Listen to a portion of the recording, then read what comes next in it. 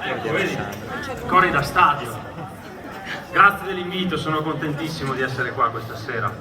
Finalmente, è da un paio d'anni che mi scrivete. Vieni anche qua. Alla fine ci siamo, dai. Che mondo strano. Io continuo a non capirlo, sto mondo. Ho l'impressione che ogni tanto giri al contrario.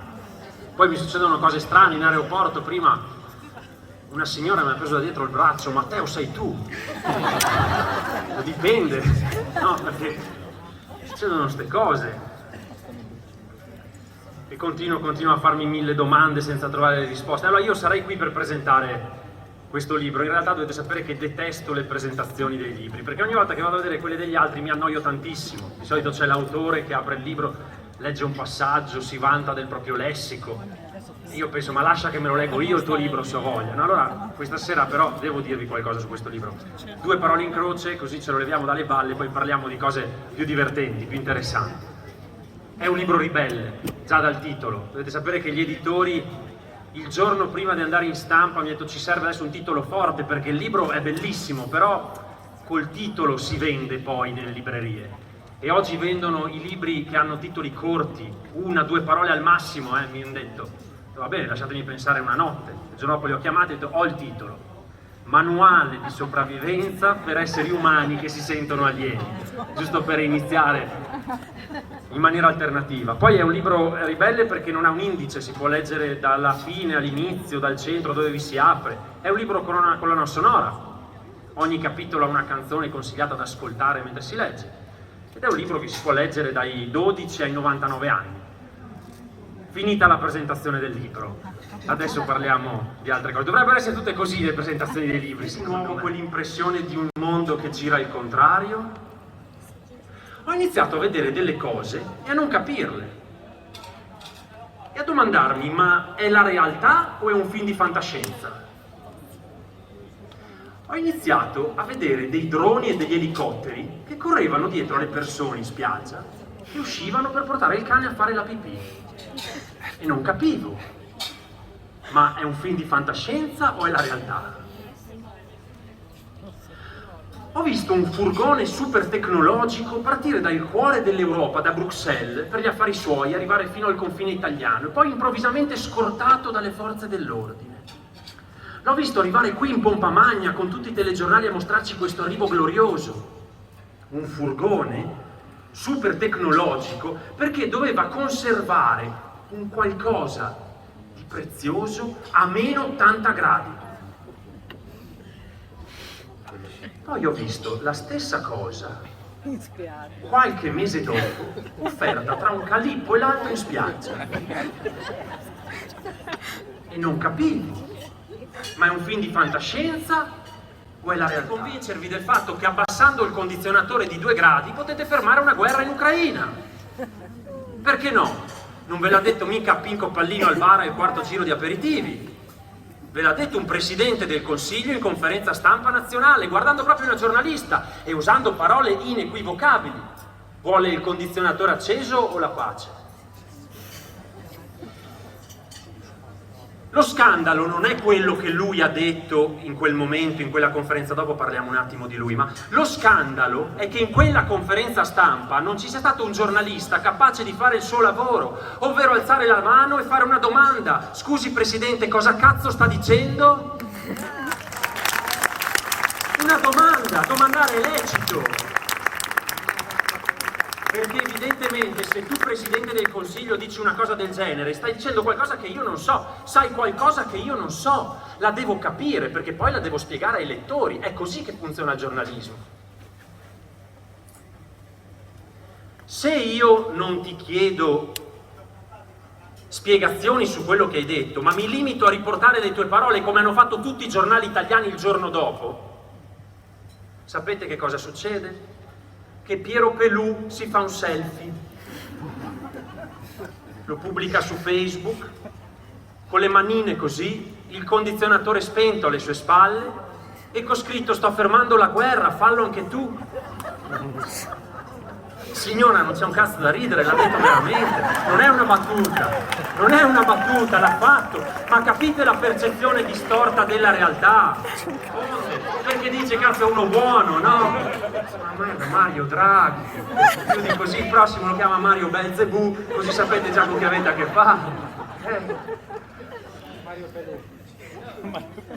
Sapete che è cambiato il sentimento che avevo nei suoi confronti, prima provavo rabbia, adesso gli voglio bene, provo compassione, non sta bene quella persona, ha degli occhi cupi, ha uno sguardo tetro, l'avete mai guardato bene negli occhi? C'è Mordor dentro lo sguardo di Mario Draghi. Io vorrei abbracciarlo, dirgli Mario vieni qua con me, ti do io un abbraccio, stai tranquillo. Io vengo dalle Dolomiti bellunesi, no? Su, a nord, e ho un fienile d'alta quota immerso nella natura incontaminata. Ti direi vieni con me Mario, ci facciamo una passeggiata lì, senti il suono degli uccellini, no? Ci fumiamo una cannetta, ci ascoltiamo Bob Marley, secondo me rinsavisce, si mette a piangere, dice Matteo che cazzo ho combinato, scusa. Il draghetto bisogna chiamare, per sentire che cosa dico, no? A volte ci tolgono i teatri, stesso a Bologna, la settimana prima dell'evento. Gracis qui non può parlare, abbiamo una lista nera, lui è in cima. Le parole fanno ancora così paura, neanche facessimo sedute spiritiche o sacrifici umani si parla, eppure le parole fanno... Allora mandano questi infiltrati, è che io ho imparato a sgamarli. E sicuramente ce n'è uno anche stasera qua in mezzo. Ti sento, amico, ti percepisco. Sì, di solito non si mette né troppo davanti né troppo indietro, ma in mezzo, lì, per mimetizzarsi, ride alle mie battute. Ride, perché così non lo becco, no? Poi ha un'agendina così qua sulla gamba, con cui prende appunti, senza mai guardarla, testa alta. Se io mi concentro, posso addirittura vedere che cosa ha scritto fino adesso. Sta preparando il pezzo per domani. Sta scrivendo qualcosa tipo gruppo di terrapiattisti, negazionisti e filoputiniani applaude alle eresie del dottor Glacis. Ti ho scamato, io la verità, fino che cos'è il libero arbitrio non ve lo sa neanche spiegare, perché è un altro di quei particolari che a scuola non insegnano. Il libero arbitrio è quella dote che ci è stata data a tutti, nessuno escluso, che ci permette di scegliere nel bene o nel male. Ed è uno strumento di una potenza incredibile. La disobbedienza, che è il seme del libero arbitrio, è una cosa che ha cambiato la storia dell'umanità innumerevoli volte. E forse è per questo che non la insegnano. Perché la disobbedienza è qualcosa che è stata usata da personaggi come Nelson Mandela, Gandhi, Tolstoi, Malcolm X, fino ad arrivare a un certo Gesù di Nazareth, il primo grande disobbediente. E allora, per non perderla per strada, nel dimenticatoio, bisogna tramandarla come le fiabe iniziatiche, da nonni a nipoti, da genitori a figli, e lo si fa proprio con una fiabetta, da raccontare la sera prima che i bimbi vadano a dormire, sottovoce, e non vi sentono i vicini, se no chiamano qualcuno. Ed è la fiaba che riguarda Henry Thoreau, un grande filosofo, professore universitario, uno scrittore, che a un certo punto della sua vita si rifiuta di pagare una tassa al suo governo, perché quella tassa serve per finanziare una guerra, alla quale lui è contrario, e allora dice io non vi do i miei soldi per una guerra. E allora il suo governo per questo lo arresta, lo mette in prigione. Era strano però vedere Thoreau in prigione, perché non era un emarginato, un criminale, era una persona rispettabile. Al che il suo migliore amico il giorno dopo lo va a trovare, chiede di poterlo visitare, lo portano di fronte alla cella di Henry Thoreau. Eccolo qui. Il suo amico guarda dietro le sbarre allibito, gli dice Henry, cosa diavolo ci fai tu là dentro? Allora Thoreau si alza in piedi, si avvicina alle sbarre, guarda dritto negli occhi il suo migliore amico e risponde: la domanda giusta non è cosa ci faccio io qua dentro, è cosa ci fai tu là fuori. Quando una legge è ingiusta, può essere giusto infrangerla. Questa è la lezione di Thoreau. Perché il grande dramma che abbiamo visto succedere negli ultimi anni è che i miliardi di persone, la paura di morire ha superato la voglia di vivere. E quando succede questo si è già morti. E come si fa a sconfiggere la paura? Non si può sconfiggere la paura. Ai piani alti lo sanno ed è per questo che la usano. La paura è dentro di noi, ci ha portato fino a qua nell'evoluzione, può essere anche utile, ma c'è un'enorme differenza tra essere succubi di essa e imparare a conviverci. Averla di fronte a noi che ci oscura la vista e tenerla al nostro fianco. Noi dobbiamo imparare a convivere con la paura. E come si fa? Col suo antidoto, il coraggio. Ma il coraggio è mutevole, cambia nel tempo, ieri era una cosa, oggi un'altra, domani un'altra ancora. Oggi la più grande forma di coraggio è riconoscere quanto fortunati siamo. Noi, fortunati, a vivere tra un drago e un drone, tra un virus e un'intelligenza artificiale, tra una guerra e una bomba d'acqua, fortunati noi, pensa quanto fortunati sono stati altri a vivere in altri momenti storici. Tipo quando? Al tempo degli Egizi a costruire piramidi? No? Al Medioevo? Neanche? Allora prendiamo un periodo che conosciamo tutti, qua dietro l'angolo, inizio del Novecento, via, si parte. 15 anni, benvenuto, prima guerra mondiale. Ma tu sei forte o fortunato e sopravvivi? Giusto in tempo per la spagnola, 120 milioni di morti. Ma tu sei forte o fortunato e sopravvivi? 1929, la grande crisi economica mondiale, una mattanza di diritti civili, ma tu sei forte o fortunato e sopravvivi. Arrivi sui 40-45 anni e pensi potrò iniziare finalmente a godermi la mia vita in pace, non mi dispiace, seconda guerra mondiale. Ma tu sei forte o fortunato e sopravvivi. A quel punto dipende dove sei nato, perché se sei nato qua dietro l'angolo, in Spagna per esempio, ad aspettarti c'è un certo Franco che inizia il suo percorso di dittatura, tanti auguri. Se invece sei nato in altre zone del mondo, come per esempio il Nicaragua, la Nigeria o il Bangladesh, hai un altro problemino a cui pensare, perché la tua aspettativa di vita è più bassa di quella di un cane nato in Occidente. Allora mi permetto di dire che è vero, viviamo tempi difficili, ma siamo anche tanto fortunati. Andiamo insieme. Quel giorno avevo 6 anni e camminavo per le strade di Bombay con i miei genitori. Bombay è una città gigante nel cuore dell'India, nel frattempo ha cambiato nome e si chiama Mumbai oggi.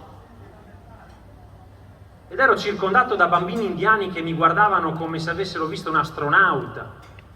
Erano incuriositi, soprattutto dai miei vestiti. Non avevano mai visto un bambino con degli abiti nuovi, puliti e integri.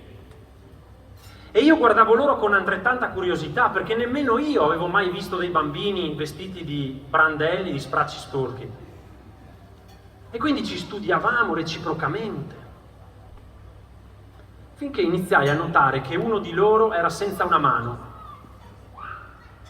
un altro era senza un braccio, a un altro ancora mancava una gamba. Finché vidi che uno di questi si spingeva su un carrello improvvisato, senza arti praticamente. E allora iniziai a domandarmi, cos'è successo qui? Lo chiesi ai miei genitori che erano lì con me, mamma, papà, come mai così tanti bambini tra questi sono mutilati? Vidi i miei genitori guardarsi tra di loro interdetti, quasi a dire, glielo diciamo o no? Avrà l'età giusta per capirlo. Alla fine decisero di spiegarmelo e mi dissero che ai tempi in India, nelle famiglie particolarmente numerose e povere, ovvero il 90% delle famiglie indiane dell'epoca, era una prassi comune che dopo il secondo figlio fossero i genitori stessi a mutilare il nuovo arrivato, perché così sarebbe stato più efficace nel fare l'elemosina. Sarebbe riuscito a portare a casa qualche monetina in più rispetto agli altri fratelli e con quelle monetine in più avrebbe salvato e sfamato la famiglia. Questi sono gli inferi, Peggio di così non c'è niente. Abbiamo creato un sistema nel quale dei genitori arrivano a mutilare il proprio figlio per salvare gli altri e contemporaneamente, a qualche migliaio di chilometri di distanza, in tutto l'Occidente ci sono più morti per obesità che non di fame. Gli inferi. Ecco, allora perché vi ho raccontato questo aneddoto? Perché io ricordo perfettamente quel giorno che tutti quei bambini, tutti, compresi quelli mutilati, erano incredibilmente sorridenti. E noi abbiamo il coraggio di lamentarci per qualsiasi cosa. Ci svegliamo la mattina a volte senza un problema particolare, ce ne inventiamo uno apposta per poterci lamentare. E la cosa più folle è che non è che fermiamo per strada uno sconosciuto e gli diciamo scusa, fermati un attimo 5 minuti che voglio romperti i coglioni, poi riparto. Sarebbe più normale, no? Lo facciamo con i nostri cari, le persone a noi più vicine, nostra moglie, nostro marito, i nostri figli o genitori, palate di lamentele continue che loro giustamente poi ci rivoltano indietro. Abbiamo il coraggio di non riconoscere l'enorme fortuna che abbiamo avuto nel nascere qui e ora. Abbiamo il coraggio di sprecare il nostro tempo e la nostra vita preoccupandoci. Vuol dire occuparsi di un qualcosa che deve ancora succedere, preoccuparsi, è follia pura. Abbiamo il coraggio di non coltivare quella cosa che si chiama gratitudine e da cui riparte tutto. La prima cosa che dovremmo fare ogni mattina appena ci svegliamo e l'ultima la sera prima di andare a dormire è correre davanti a uno specchio, fare un sorriso gigante e dire grazie a chi o che cosa poco importa, ma è da lì che si riparte, dalla gratitudine. Tutto il resto viene dopo. Grazie.